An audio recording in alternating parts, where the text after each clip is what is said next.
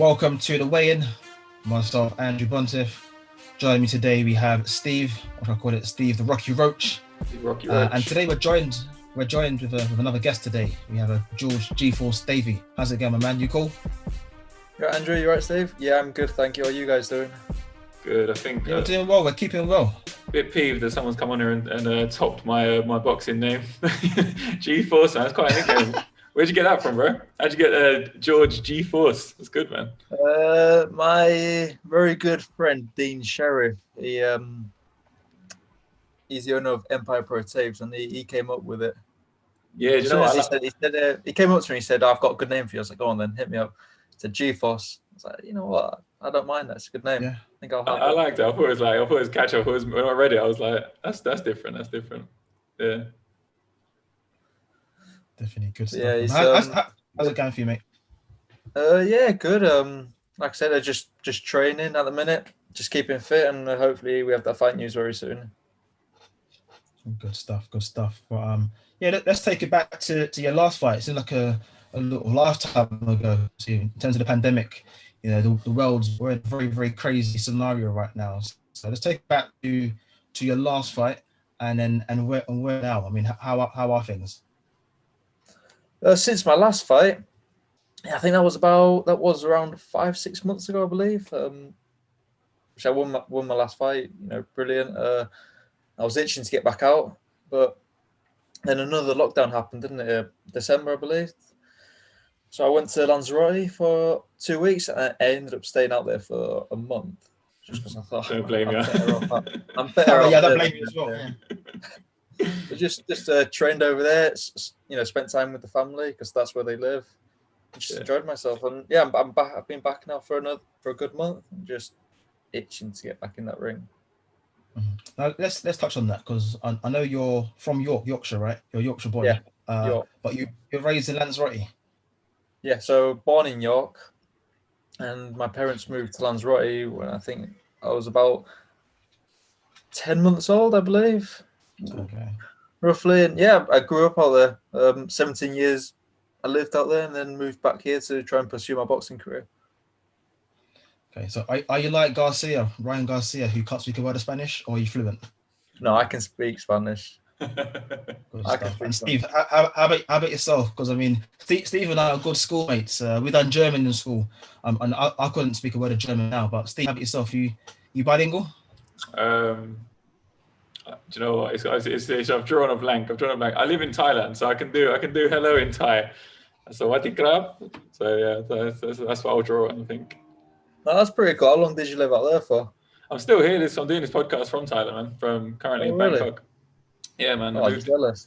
Moved there like 2 years ago. So yeah, I've a little bit more lucky than some in the UK. But you know, you guys will be back to it soon. You'll have beer gardens and good beer, so I'll be jealous then. 21st of June, I believe.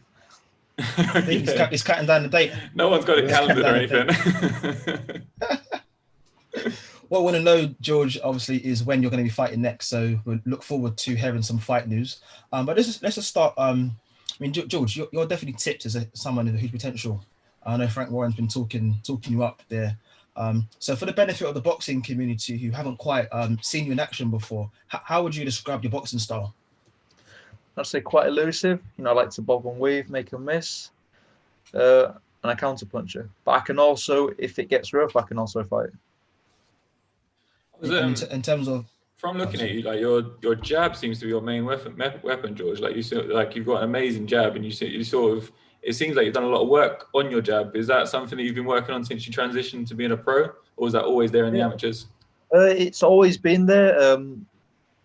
Obviously, you've just said it. Yeah, my jab is my main weapon.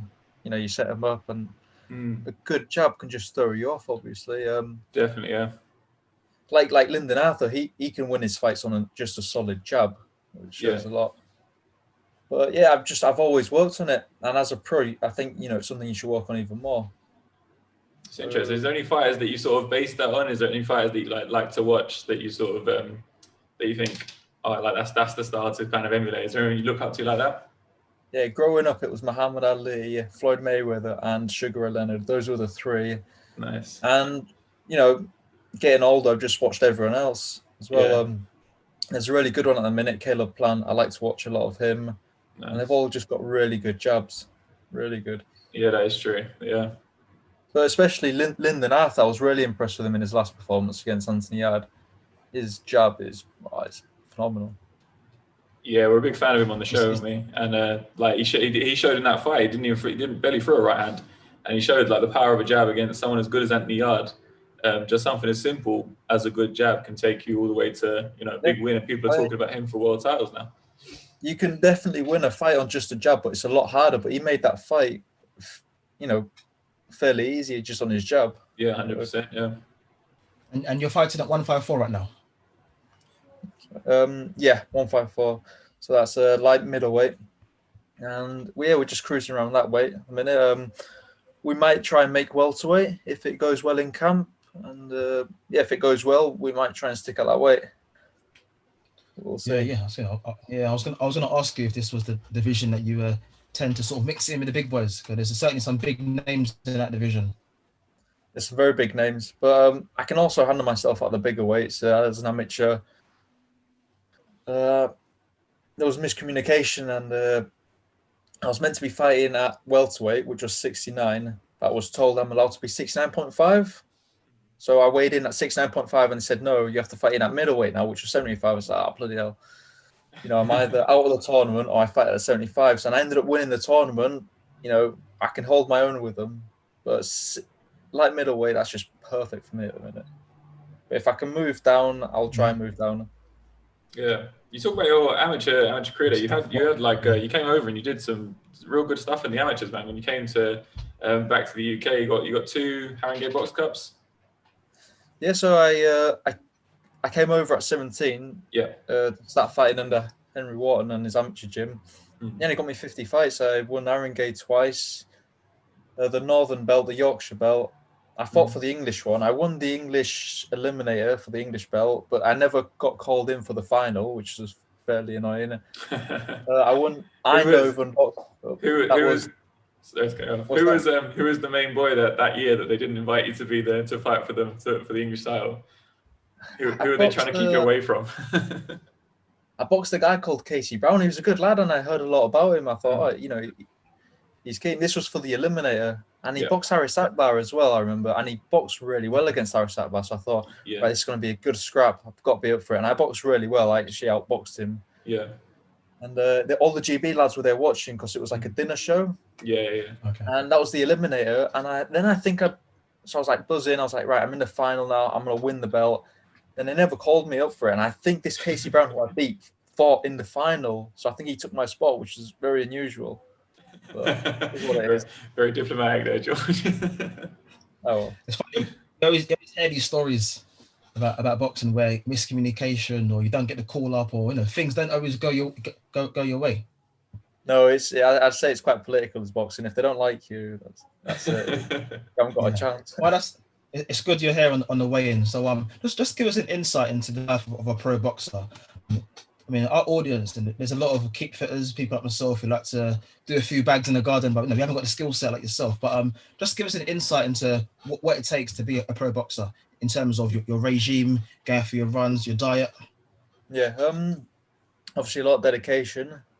When the days you don't want to train, you have to train. Those are the most important ones to build up that discipline. So I'll wake up, I'll do my training, whether it's strength and conditioning, or I'll go to the boxing gym and practice technique, and then I'll just chill out, and I'll do the same later on. I'll do my boxing with Henry, my trainer, later on in the evening, and just like that pretty much all week. Then on the weekend, I'll do one training session in the morning, whether it's sparring, running, or boxing, and then usually have a Sunday off.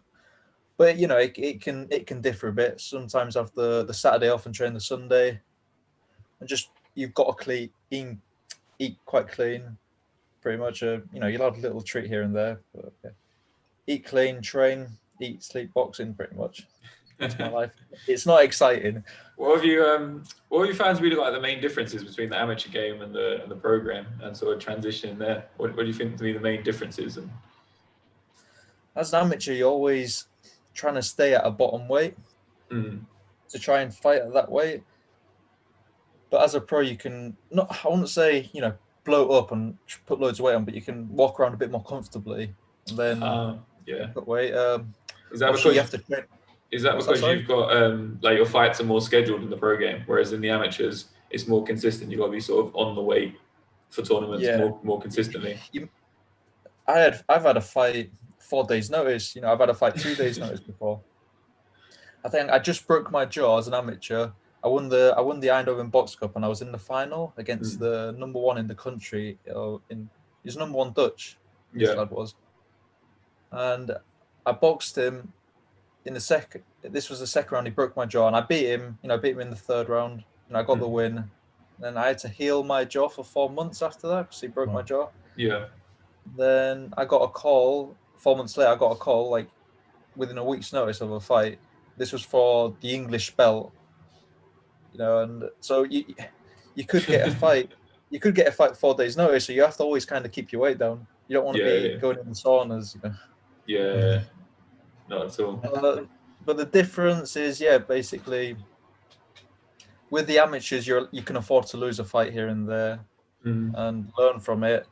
In the pro game, you can't really afford to lose a fight, can you? Because everyone kind of forgets about you. Yeah, that's it. Like the So O I'd is say so important. there's a bit more pressure involved, definitely. Yeah. But as long as you believe in yourself, which if you're gonna go professional, you have to believe in yourself. You shouldn't have anything to worry about. Yeah. Now let's talk about your training camp. There's been a lot of boxing observers that have been quite complimentary towards the chemistry you have between your coach. How's that for you? I mean, in terms of training with Henry, has that been something for a long time? First time I walked into Henry's gym, I was actually a bit starstruck because obviously it's Henry Wharton. He boxed Nigel Benn, Chris Eubank, Yeah, it's a massive name, and Robin Reed, and obviously he was European, British champion, Commonwealth. So I was a bit starstruck, but with a coach you got to have that click. Yeah.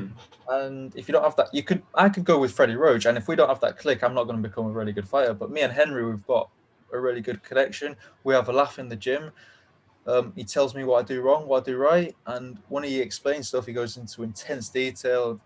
So I'm really lucky to have him as a trainer. But we've just got that click. And all the lads in the gym say the same thing. They wouldn't want anyone else in their corner but Henry. He knows so much about the game. So whenever you're in danger and you go back to the corner, he makes you feel comfortable, and he gets you fired up to go back out there and win the round. I mean, we've spoken about boxing a lot in the last few weeks in terms of the pandemic and the impacts it has on the fighter. How has the lockdown been for you in terms of your training? We joked before we went on air about sort of Zoom meetings. I wouldn't expect you to have Zoom meetings with your training coach, but in terms of the training camp, how's that impacted you? First lockdown, I was stuck in Lanzarote for 4 months, so that impacted me a little bit. But, not bad, eh? No, not too bad. Can't complain. But it hasn't affected me that much.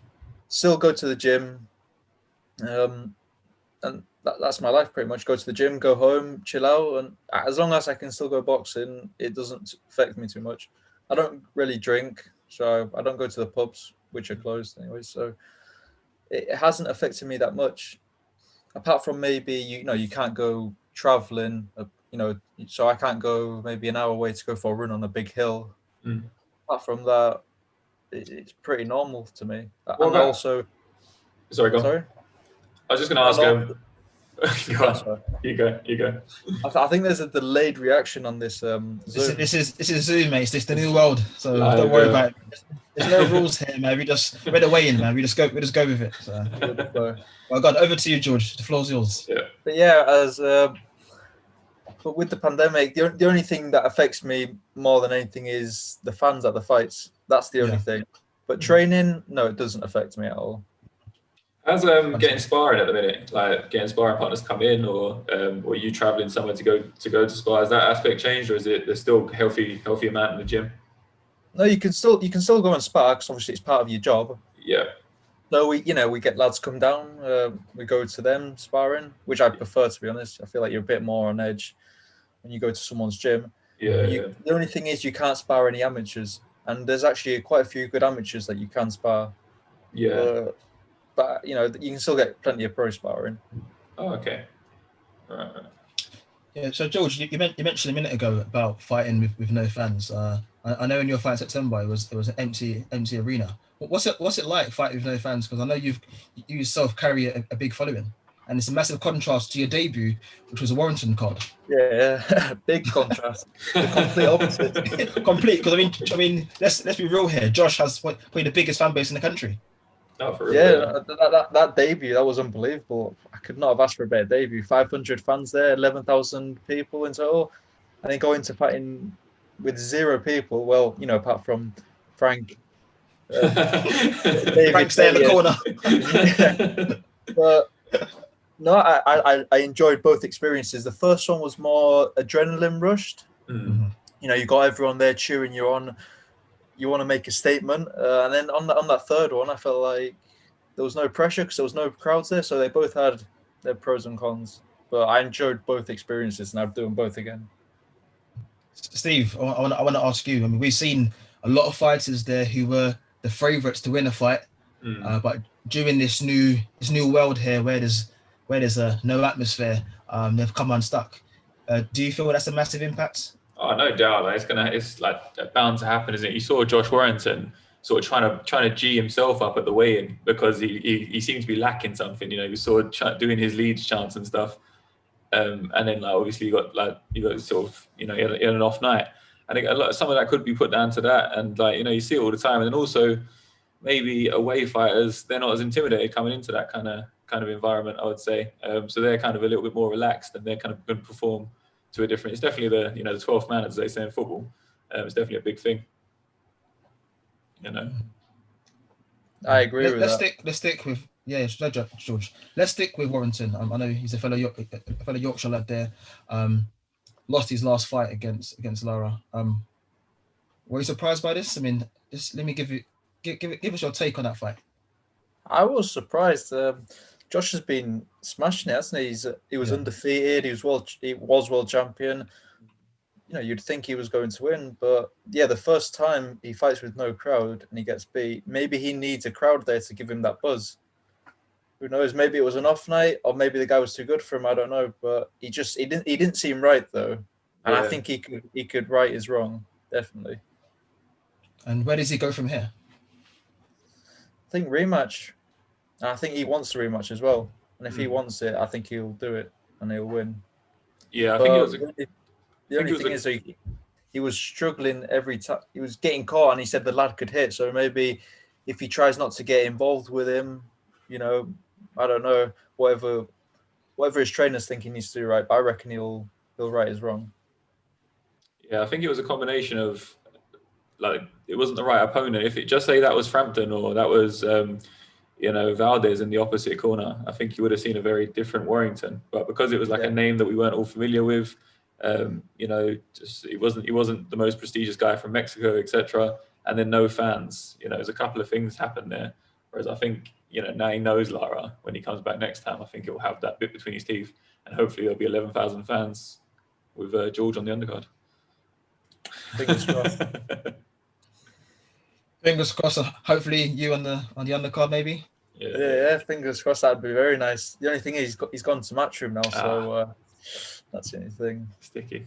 Of course. Well, let's talk about Frank. I mean, what was it like for you getting the offer or getting that call to say someone like Frank Warren wants to take you under his wing? It was actually my trainer. He told me the good news. I just won Haringey. I boxed phenomenal. 3 fights, 3 days, 3 wins. And I got a knockout in the last fight, and that was my 50th fight. And I went to work the next week. I was working in Whitby. My trainer calls me and he said, "I've got you a meeting with Frank out of the blue." I said, "Okay, does that mean I'm going professional?" He says, "I think you're ready." And I was like, "Oh," I was a bit starstruck, to be honest. I didn't really say a word for a good minute, and then and I just said to him, "Yeah, let's do it. Like I'm ready." I was pumped. I think we had a 4-hour drive down to London, and I was just absolutely buzzing for it, excited. Was it something you'd been thinking about already? Was the plan always to turn pro, or was this like a curveball and you just came out of nowhere?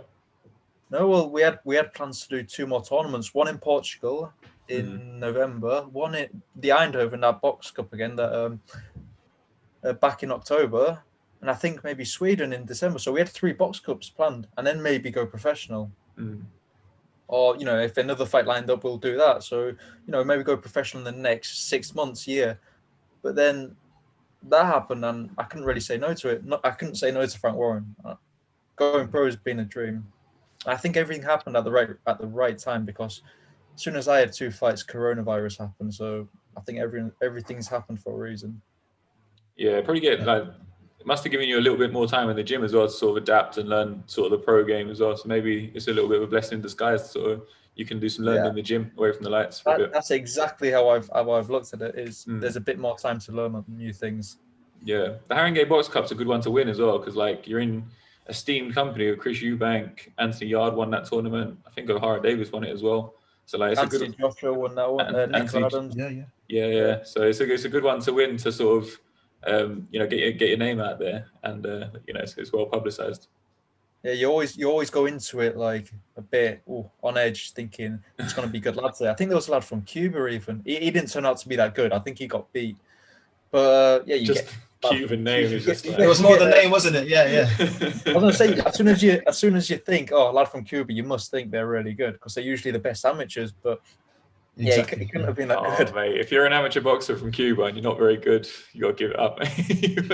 You're in the wrong game, ain't you?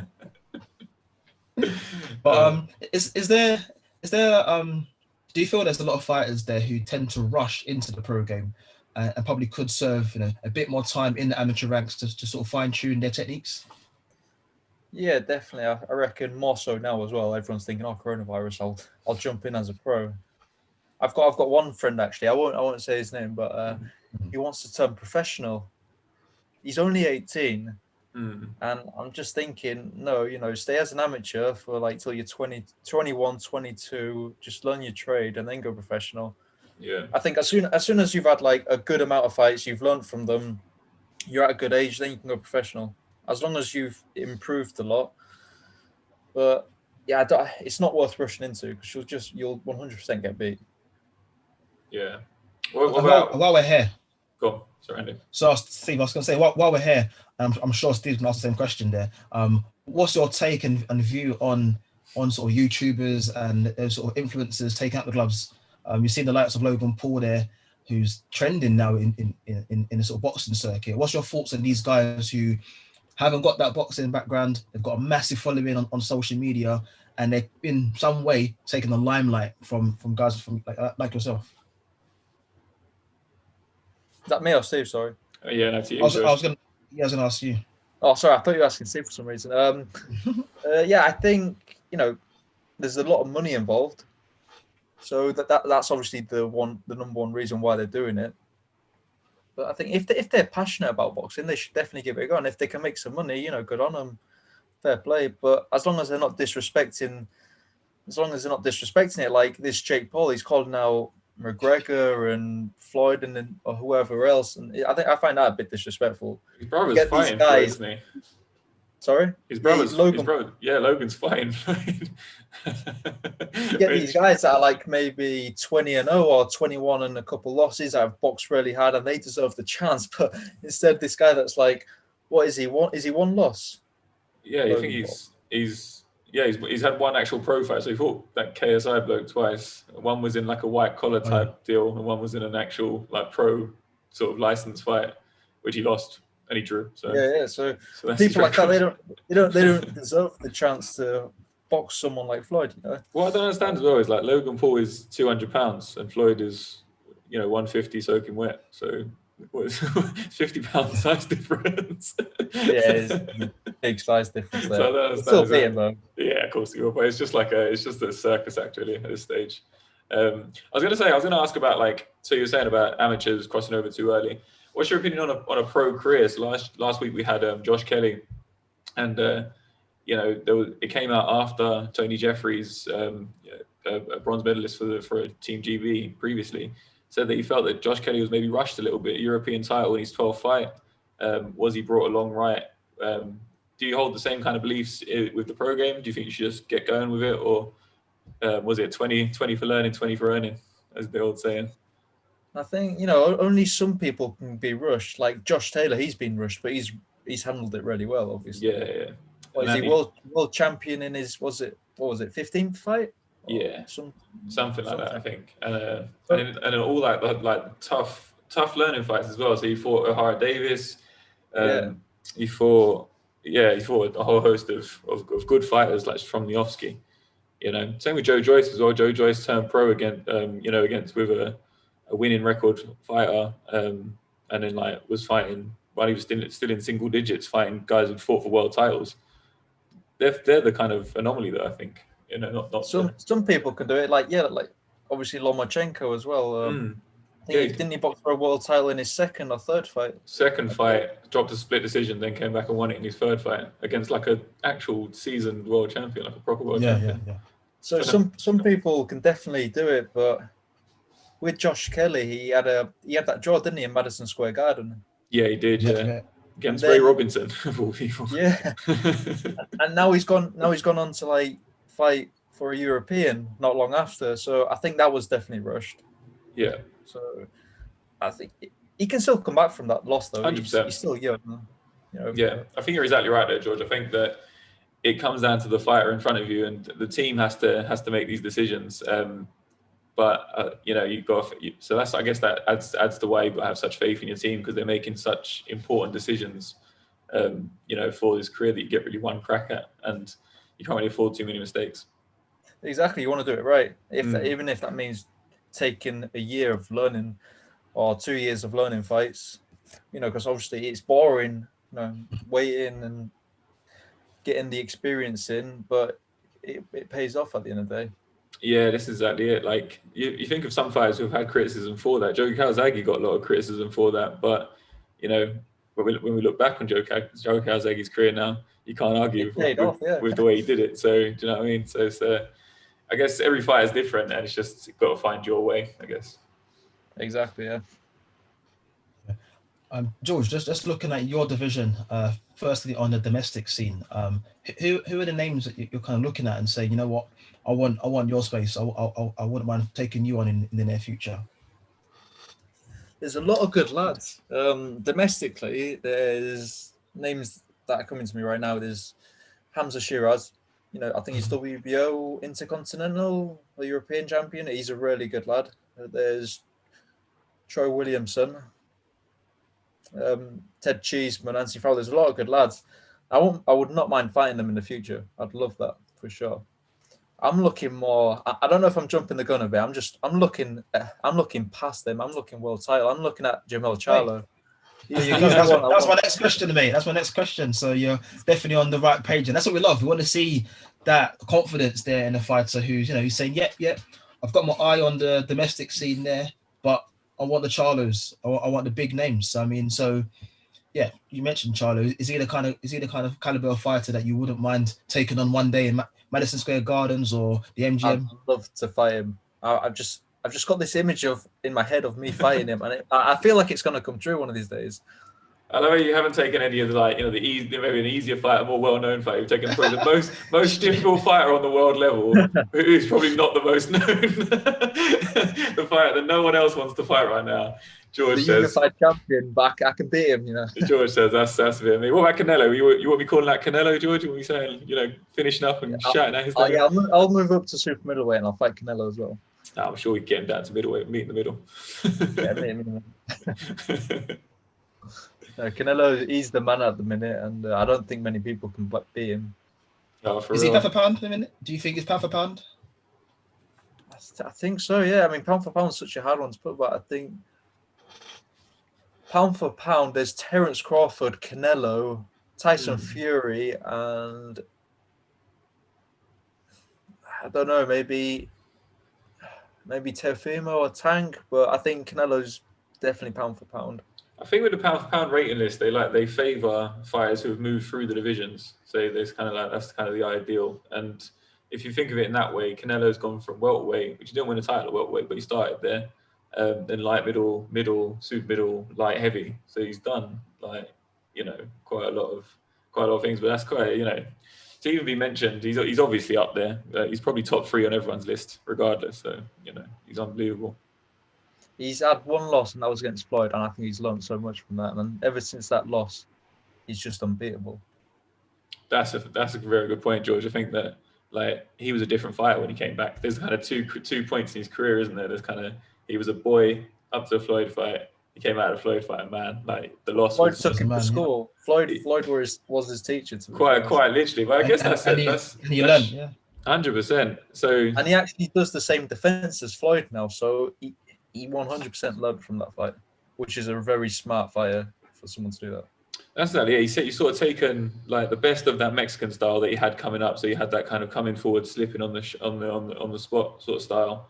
Then he fought Floyd, and then now he can go backwards, he can go forwards. He just does it all. He is a phenomenal fighter. I love watching him as well. He's a very, very good fighter to watch. He's a machine. He fought last night, didn't he, Andy? You were staying up till the early hours watching that. I wish I was in bed like George was going for his run this morning. Yeah, it wasn't a great fight. So I don't want to take too much time talking about it today, but we'll definitely talk about it in the next show. But I guess the big news for us really was the announcement that he will take on Billy Joe Saunders in May. I want to ask you straight away, who do you see coming on top in that fight? I like both fighters. I think they're both really good, but I just think Canelo will win. I just think he's the man. And also with Billy Joe, he's been so inactive, and the inactivity is so bad. And obviously, it must have proven for Josh Warrington as well, because he was inactive for so long. So his last fight was on my debut. So I think, the inactivity hasn't done Billy Joe Saunders any good. I reckon Billy Joe will come on top. Yeah, I think that's probably a fair assessment. It will take some beating of Canelo, like right about now. He's such a talented guy on such a good run of form right now. I think, he's just, a lot of boxing can be mental. And you see with Canelo, the way he acts, the way he walks around, he's a superstar, and he kind of is walking around like he's bulletproof at the minute. I think he takes that. He's Mr. Boxing, isn't he, at the minute? He's Mr. Boxing, and he lives the life. He's always, it looks like he's always eating well, and he's always training, always learning. Where Billy Joe, he bloats up a bit, doesn't he? And he doesn't always live the life, maybe. This is it, yeah. And these things, you might get away with them for a while, but, Billy Joe's been a pro now for 11, 12 years. They'll catch up eventually. And hopefully he can give a good account of himself and maybe even get the win. That's what I'd like to see. Right, Andy, I think we'll call it there, will we? Yeah, I mean, before we do go, I just want to get your quick predictions on two more fights. In a couple of weeks, we have Dylan White taking on Povetkin for the second time of asking. Came unstuck in the summer over a Matchroom HQ. Is it going to be repeat or revenge?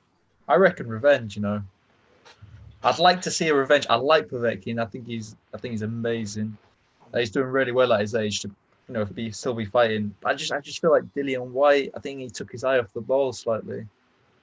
I reckon he's going to get revenge. But we'll see. It's heavyweight boxing. We'll see. That'd be good to see. Yeah, it'd be good to see. Mm-hmm. What was the next one? And the other heavyweight fight, of course, is the big one that is, still hasn't been announced yet. The whole world is waiting. We're on our phones checking the news to see if Anthony Joshua will finally take on Tyson Fury. If that fight was to take place maybe in the summer, who comes on top and who will be the number one heavyweight in the world? I think we all know who that is. That's what I'm asking you, mate. I know. Yeah. For sure. I know why you're telling me that, but yeah. Then again, I like both fighters. I think AJ's class, but I just feel like Tyson's a step above. I think he's a legend. What do you see, just very, very quickly, because we're about to run out of time, but what do you see with in Tyson that would give him the edge very quickly? Well, he's a mover, and I think Anthony Joshua will get stuck with a mover. I don't think he'll be able to figure Tyson out. And now it looks like he's planting his feet a bit more with his last fight against Wilder. Yeah, maybe his new coach or whatever. So I think he's going to cause Joshua a lot of problems. Yeah. Right, George. Thank you very much for your time. George. Yeah, thank you very much, man. That's all we got time for on the way in. So wish you all the best in your future fights. I know you've got a fight announcement coming soon. So we here on the way in will be keeping an eye out for that. So we'll be announcing that. That would be awesome. Us. Last word for you. Anyone you want to give a shout out to? yeah, just I want to give a shout out to all my sponsors, my trainer Henry, because he spends a lot of time with me, my family, for always believing in me and always giving me the support, and just everyone, supporting my journey. Awesome. Right, George, we'll put your socials in the link below, and we'll make sure that people can contact you and follow the journey as well. Yeah. Brilliant. Thanks for having me on, guys. Cheers, George. Right, then, G-Force, take it easy. See you later, See you G-Force. later.